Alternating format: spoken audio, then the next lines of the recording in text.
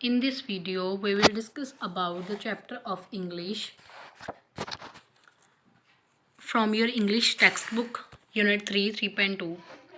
Environment pollution means the falling of the natural world in which people, animal and plants live. Environment pollution ਦਾ ਮਤਲਬ ਕੀ ਆ ਬੇਟੇ? ਉਹ word natural word ਜਿੱਥੇ ਕਿ people, animal ਤੇ plants ਜਿਹੜੇ ਰਹਿੰਦੇ ਨੇ ਤੇ ਕੀ ਹੋ ਰਿਹਾ? ਫਾਲਿੰਗ ਹੁੰਦਾ ਡਰਟੀ ਤੇ ਸਾਰੇ ਕੀ ਹੋ ਰਹੇ ਨੇ? ਡਰਟੀ ਹੋ ਰਹੇ ਨੇ। ਕਦੇ ਨਾਲ? ਪੋਲਿਊਸ਼ਨ ਦੇ ਨਾਲ। It is the spoiling of land, water and air by smoke, chemicals, waste material and other harmful substances. ਅਤੇ ਸਾਡੀ ਲੈਂਡ, ਵਾਟਰ ਅਤੇ ਏਅਰ। ਲੈਂਡ ਮੀਨਸ ਜਿੱਥੇ ਅਸੀਂ ਰਹਿ ਰਹੇ ਹਾਂ, ਵਾਟਰ ਸਾਡਾ ਪਾਣੀ ਅਤੇ ਏਅਰ ਸਾਡੀ ਹਵਾ। ਇਹ ਸਾਰੀਆਂ ਚੀਜ਼ਾਂ ਦੂਸ਼ਿਤ ਹੋ ਰਹੀਆਂ ਨੇ ਕਿਹਦੇ ਨਾਲ? Air by smoke. ਠੀਕ ਹੈ, ਕਿਹਦੇ ਦੁਆਰਾ ਦੂਸ਼ਿਤ ਹੋ ਰਹੀਆਂ? ਸਮੋਕ ਦੇ ਦੁਆਰਾ, ਕੈਮੀਕਲ ਧੂਏਂ ਦੇ ਦੁਆਰਾ, ਕੈਮੀਕਲਸ ਦੇ ਦੁਆਰਾ, ਵੇਸਟ ਮਟੀਰੀਅਲ ਜਿਸ ਤਰ੍ਹਾਂ ਕਿ ਅਸੀਂ ਬਾਹਰ ਕੂੜਾ ਕਰਕਟ ਸੁੱਟ ਦਿੰਦੇ ਹਾਂ। ਠੀਕ ਹੈ, ਅਦਰ ਹਾਰਮਫੁਲ ਸਬਸਟੈਂਸਸ ਦੇ ਨਾਲ ਜਿਹੜੀਆਂ ਸਾਡੀਆਂ ਤਿੰਨ ਚੀਜ਼ਾਂ ਨੇ ਕੀ ਹੋ ਰਹੀਆਂ ਨੇ? ਪਲਿਊਟ ਹੋ ਰਹੀਆਂ ਨੇ। The problem of pollution is not a new one. ਕਹਿੰਦੇ ਕਿ ਜਿਹੜੀ ਪੋਲਿਊਸ਼ਨ ਦੀ ਪ੍ਰੋਬਲਮ ਆ ਨਾ, ਉਹ ਕੋਈ ਨਵੀਂ ਪ੍ਰੋਬਲਮ ਨਹੀਂ ਹੈਗੀ। In the middle age also most towns were dirty, water supplies were foul and diseases spread very quickly. ਕਹਿੰਦੇ ਕਿ ਮਿਡਲ ਏਜ ਦੇ ਵਿੱਚ ਜਿਹੜੇ ਟਾਊਨ ਸੀਗੇ ਨਾ, ਬਹੁਤ ਜ਼ਿਆਦਾ ਡਰਟੀ ਸੀਗੇ, ਵਾਟਰ ਸਪਲਾਈਜ਼ ਵੀ ਸਹੀ ਨਹੀਂ ਸੀਗੀਆਂ ਅਤੇ ਡਿਸੀਜ਼ਸ ਵੀ ਜਿਹੜੀਆਂ ਸੀ ਬਹੁਤ ਹੀ ਜ਼ਿਆਦਾ ਸੀਗੀਆਂ ਅਤੇ ਜਲਦੀ ਹੀ ਆਦਮੀ ਨੂੰ ਘੇਰ ਲੈਂਦੀਆਂ ਸੀਗੀਆਂ। But then the main cause of the pollution was ignorance and illiteracy. But ਉਦੋਂ ਕਹਿੰਦੇ ਕਿ ਪੋਲਿਊਸ਼ਨ ਦਾ ਮੇਨ ਕਾਰਨ ਕੀ ਸੀਗਾ? ਇਗਨੋਰੈਂਸ, ਇਲਿਟਰੇਸੀ ਮੀਨਸ ਕਿ ਅਨਪੜ੍ਹਤਾ। But now these cows have been removed to a great extent, yet the problem of pollution still exists. ਕਹਿੰਦੇ but ਹੁਣ ਕੀ ਆ ਕਿ ਉਹ ਜਿਹੜੇ ਕਾਰਨ ਸੀ ਨਾ ਕਾਫੀ ਜ਼ਿਆਦਾ ਰਿਮੂਵ ਹੋ ਚੁੱਕੇ ਆ, ਬਟ ਇਹ ਪ੍ਰੋਬਲਮ ਜਿਹੜੀ ਅਜੇ ਵੀ ਐਗਜ਼ਿਸਟ ਆ। ਕਿਉਂ? ਕਿਉਂਕਿ ਹੁਣ ਲੋਕ ਤਾਂ ਪੜ੍ਹੇ ਲਿਖੇ ਹੈਗੇ ਆ, ਬਟ ਲੋਕਾਂ ਦੇ ਵਿੱਚ ਉਹ ਸੈਲਫਿਸ਼ ਨੇ ਥੋੜ੍ਹਾ।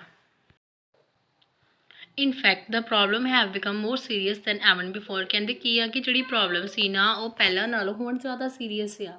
ਨਾਓ it is not the result of N ignorance ਔਰ ਇਲਿਟਰੇਸੀ। ਕਹਿੰਦੇ ਹੁਣ ਜਿਹੜਾ ਇਹ ਰਿਜ਼ਲਟ ਉਹ ਕੋਈ ਵੀ ਅਨਪੜ੍ਹਤਾ ਦਾ ਨਹੀਂ ਹੈਗਾ, ਕਿਉਂਕਿ ਹੁਣ ਲੋਕ ਸਾਰੇ ਐਜੂਕੇਟਡ ਨੇ। ਬਟ ਜਿਹੜਾ ਅੱਜ ਦਾ ਰਿਜ਼ਲਟ ਪੋਲਿਊਸ਼ਨ ਵੱਧ ਰਿਹਾ, ਕਾਹਦੇ ਨਾਲ ਵੱਧ ਰਿਹਾ? ਕਿਉਂਕਿ ਲੋਕ ਜਿਹੜੇ ਸੈਲਫਿਸ਼ ਹੋ ਗਏ ਆ, ਕੇਅਰਲੈਸਨੈਸ ਹੋ ਗਿਆ ਅਤੇ ਲੋਕ ਬਹੁਤ ਜ਼ਿਆਦਾ ਲਾਲਚੀ ਨੇ। The pollution of land is due to the increasing quantities of industrial and household wastes. Pollution ਕਹਿੰਦੇ ਕੀ ਆ ਕਿ ਜਿਹੜੀ ਸਾਡੀ ਲੈਂਡ ਹੈ ਉਹ ਪੋਲਿਊਟ ਹੋ ਰਹੀ ਹੈ। ਕਿਉਂ ਪੋਲਿਊਟ ਹੋ ਰਹੀ ਹੈ? ਕਿਉਂਕਿ ਜਿਹੜੀਆਂ ਕੁਆਂਟੀਟੀਜ਼ ਨੇ ਇਨਕਰੀਜ਼ ਹੋ ਰਹੀਆਂ ਨੇ ਇੰਡਸਟਰੀਅਲ ਅਤੇ ਹਾਊਸਹੋਲਡ ਵੇਸਟ, ਕਿ ਜੋ ਵੀ ਇੰਡਸਟਰੀਅਲ ਦਾ ਕੂੜਾ ਕਰਕਟ ਆ ਉਹ ਸਾਰਾ ਹੀ ਮਤਲਬ ਲੋਕ ਜਿਹੜੇ ਹਾਊਸਹੋਲਡ ਵੇਸਟ ਜਾਂ ਸਾਰਾ ਸੁੱਟ ਰਹੇ ਆ। ਠੀਕ ਹੈ, ਲੈਂਡ ਦੇ ਉੱਪਰ, ਜਿਹਦੇ ਕਰਕੇ ਸਾਡੀ ਲੈਂਡ ਪੋਲਿਊਟ ਹੋ ਰਹੀ ਹੈ। Everyday factories produce new and different kinds of goods for people to buy. ਹਰ ਰੋਜ਼ ਜਿਹੜੀਆਂ ਫੈਕਟਰੀਜ਼ ਨੇ ਕੀ ਪ੍ਰੋਡਿਊਸ ਕਰ ਰਹੀਆਂ ਨੇ? ਨਵੇਂ ਅਤੇ ਡਿਫਰੈਂਟ ਕਾਈਂਡ ਦੇ ਪ੍ਰੋਡਕਟ, ਤਾਂ ਜੋ ਪੀਪਲ ਉਹਨਾਂ ਨੂੰ ਬਾਈ ਕਰ ਲੈਣ। The old ones are thrown out with the ਹੋਲਸ ਹਾਊਡ ਰਬਿਸ਼। ਅਤੇ ਜਿਹੜੀਆਂ ਪੁਰਾਣੀਆਂ ਚੀਜ਼ਾਂ ਸੀਗੀਆਂ ਉਹਨਾਂ ਨੂੰ ਕੀ ਕਰਦੇ ਆ? ਵੇਸਟ ਕਰਕੇ ਸੁੱਟ ਦਿੰਦੇ ਆ। Burning this refuse pollute the air, dumping it in the river and C pollute the water. ਕਹਿੰਦੇ ਜੇਕਰ ਅਸੀਂ ਇਹਨਾਂ ਨੂੰ ਜਲਾਉਂਦੇ, ਮਤਲਬ ਜਿਹੜਾ ਉਹਨਾਂ ਨੇ ਕੂੜਾ ਕਰਕਟ ਸਾਰਾ ਇਕੱਠਾ ਕੀਤਾ ਹੁੰਦਾ, ਜੇਕਰ ਅਸੀਂ ਉਹਨੂੰ ਜਲਾ ਦਿੰਦੇ ਹਾਂ, ਉਹਦੇ ਨਾਲ ਕੀ ਹੁੰਦਾ? ਸਾਡੀ ਏਅਰ ਪਲਿਊਟ ਹੋ ਜਾਂਦੀ ਆ। ਐਂਡ ਜੇਕਰ ਅਸੀਂ ਉਹਨੂੰ ਨਦੀਆਂ ਵਿੱਚ ਸੁੱਟ ਦਿੰਦੇ ਹਾਂ ਤਾਂ ਸਾਡਾ ਵਾਟਰ ਪਲਿਊਟ ਹੋ ਰਿਹਾ ਆ। ਜੇਕਰ ਕਹਿੰਦੇ ਕਿ tipping it on land makes an unpleasant sight and also take up much valuable space. ਜੇਕਰ ਅਸੀਂ ਇਹਨੂੰ ਜ਼ਮੀਨ 'ਤੇ ਇੱਕ ਸਾਈਡ 'ਤੇ ਜਿਸ ਤਰ੍ਹਾਂ ਲਗਾ ਦਿੰਦੇ ਹਾਂ, ਉਹਦੇ ਨਾਲ ਕੀ ਹੁੰਦਾ ਆ ਕਿ ਇੱਕ ਤਾਂ ਥੋੜ੍ਹਾ ਸਮੈਲੀ ਜਿਹਾ ਹੋ ਜਾਂਦਾ ਏਰੀਆ, ਕਿਉਂਕਿ ਕਾਫੀ ਟਾਈਮ ਜਦੋਂ ਉੱਥੇ ਗੰਦਾ ਕੂੜਾ ਕਰਕਟ ਪਿਆ ਰਹਿਣਾ ਤਾਂ ਏਰੀਆ ਖਰਾਬ ਹੋ ਜਾਏਗਾ। ਠੀਕ ਹੈ, ਇੱਕ ਕੀ ਆ ਕਿ ਕਾਫੀ ਜ਼ਿਆਦਾ ਸਪੇਸ ਜਿਹੜੀ ਉਹ ਘੇਰ ਲੈਂਦਾ, ਜਿਹਦੇ ਕਰਕੇ ਇਹ ਸਹੀ ਨਹੀਂ ਲੱਗਦਾ। ਠੀਕ ਹੈ, ਸੋ ਇਹਦੇ ਨਾਲ ਸਾਡੀ ਜਿਹੜੀ ਲੈਂਡ ਉਹ ਵੀ ਪਲਿਊਟ ਹੋ ਜਾਂਦੀ ਆ। Getting rid of plastics is particularly difficult. ਕਹਿੰਦੇ ਕਿ ਪਲਾਸਟਿਕ ਤੋਂ ਛੁਟਕਾਰਾ ਪਾਉਣਾ ਜਿਹੜਾ ਬਹੁਤ ਜ਼ਿਆਦਾ ਡਿਫੀਕਲਟ ਆ। After some time wood and paper decay through the action of bacteria. ਕਹਿੰਦੇ ਕਿ ਕੁਛ ਟਾਈਮ ਦੇ ਬਾਅਦ ਵਿੱਚ ਵੁੱਡ ਦੇ ਪੇਪਰ ਤਾਂ ਡਿਕੇ ਹੋ ਜਾਣਗੇ ਐਕਸ਼ਨ ਆਫ ਬੈਕਟੀਰੀਆ ਦੇ ਨਾਲ, ਬਟ ਪਲਾਸਟਿਕਸ ਨੈਵਰ ਡਿਕੇ। ਬਟ ਜਿਹੜੀ ਪਲਾਸਟਿਕ ਆ ਉਹ ਕਦੇ ਵੀ ਖਤਮ ਨਹੀਂ ਹੋਣੀ।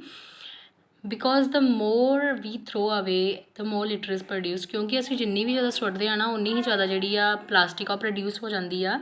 Look at any garbage dump. ਕਹਿੰਦੇ ਤੁਸੀਂ ਕੋਈ ਵੀ ਗਾਰਬੇਜ ਡੰਪ ਨੂੰ ਦੇਖਿਓ, ਉਹਦੇ ਵਿੱਚ ਕੀ ਹੋਏਗਾ ਕਿ in addition to vegetable, scrap paper and broken glass you will notice a considerable amount of plastic material.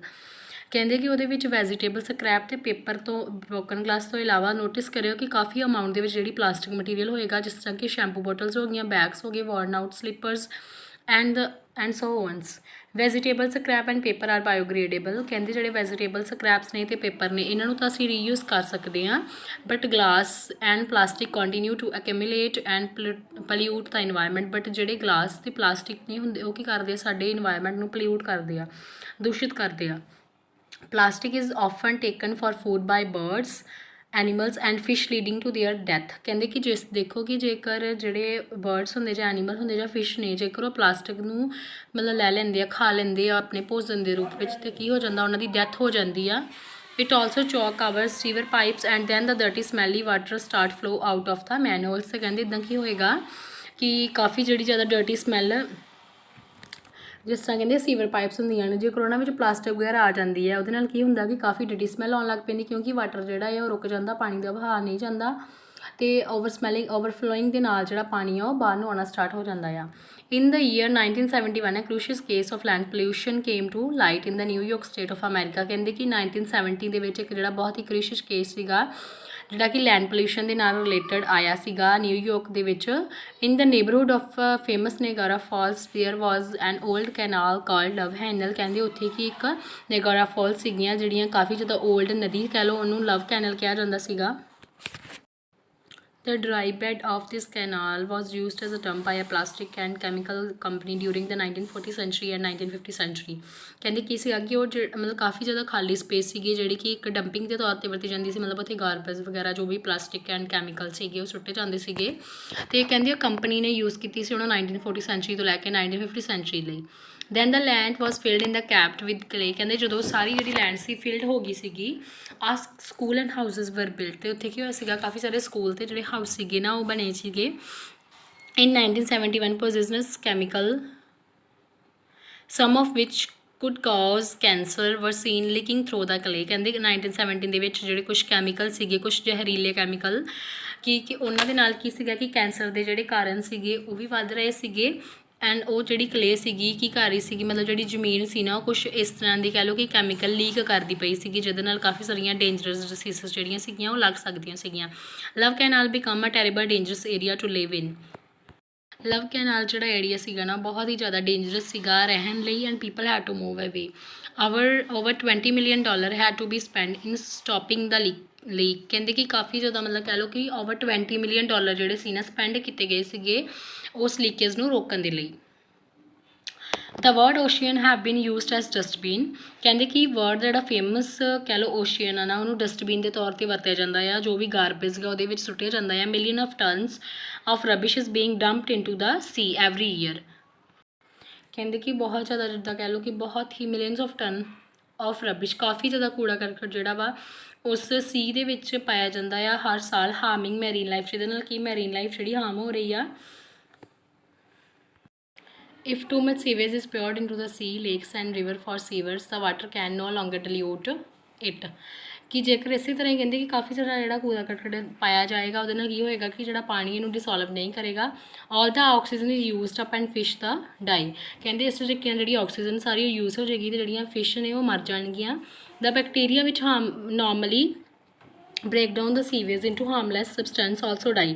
ਕਹਿੰਦੇ ਬੈਕਟੀਰੀਆ ਜਿਹੜਾ ਨੋਰਮਲੀ ਬ੍ਰੇਕ ਡਾਊਨ ਕਰਦਾ ਸੀਵੇਜ ਨੂੰ, ਉਹ ਵੀ ਹਾਰਮਫੁਲ ਸਬਸਟੈਂਸਿਸ ਕੀ ਕਰਨਗੇ, ਉਹ ਵੀ ਡਾਈ ਹੋ ਜਾਣਗੇ। Only harmful bacteria which do not need air. ਕਹਿੰਦੇ ਉਹ ਓਨਲੀ ਉਹ ਵਾਲਾ ਹਾਰਮਫੁਲ ਬੈਕਟੀਰੀਆ ਜਿਹਨੂੰ ਕਿ ਹਵਾ ਦੀ ਵਰਤੋਂ ਨਹੀਂ ਹੁੰਦੀ, ਹਵਾ ਦੀ ਜ਼ਰੂਰਤ ਨਹੀਂ ਹੁੰਦੀ, ਬਿਕੇਮ ਦਾ ਕਾਊਜ਼ ਆਫ ਡਿਸੀਜ਼। ਉਹਨੂੰ ਕੀ ਉਹਦੇ ਨਾਲ ਕੀ ਹੋ ਜਾਏਗਾ ਕਿ ਕਾਫੀ ਜ਼ਿਆਦਾ ਜਿਹੜੀਆਂ ਡਿਸੀਜ਼ਸ ਨੇ ਉਹ ਲੱਗ ਜਾਣਗੀਆਂ ਅਤੇ ਕਾਫੀ ਜ਼ਿਆਦਾ ਡਿਸੀਜ਼ਸ ਨਵੀਆਂ ਪੈਦਾ ਹੋ ਜਾਣਗੀਆਂ।